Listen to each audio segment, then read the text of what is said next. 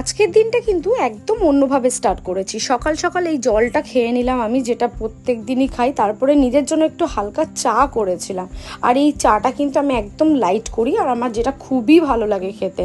তারপর কিন্তু আমি খেয়েছিলাম এই ড্রাই ফ্রুটসগুলো।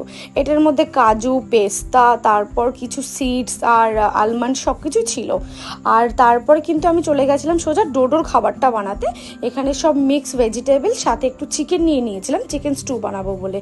আর সেটা দিয়ে কিন্তু ডোডোকে আজকে ভাত মেখে খেতে দিয়েছি। তারপরে আমি স্নান করতে চলে গেছিলাম। স্নান করে উঠে আমি যেটা খেয়েছিলাম সেটা হচ্ছে ইলিশ মাছের মাথা দিয়ে একটা তরকারি, আর সাথে ছিল চিকেন। আমি খাওয়ার পর তারপরে ডোডোর সাথে একটু খেলা করছিলাম, কিন্তু ও আমার সাথে খেলা করতে একদমই ইন্টারেস্টেড ছিল না। ওর ফেভারিট খেলনা নিয়ে পড়েছিল। তারপর একটু রেস্ট নেওয়ার পর বিকেলের দিকেই কাস্টার্ড আইসক্রিম কেকটা অর্ডার করেছিলাম, যেটা খেতে আমার ভীষণ ভালো লাগে। কে কে পছন্দ করো অবশ্যই কমেন্ট করে জানিও। ভিডিওটা ভালো লাগলে লাইক, কমেন্ট, শেয়ার। আজকের জন্য টাটা।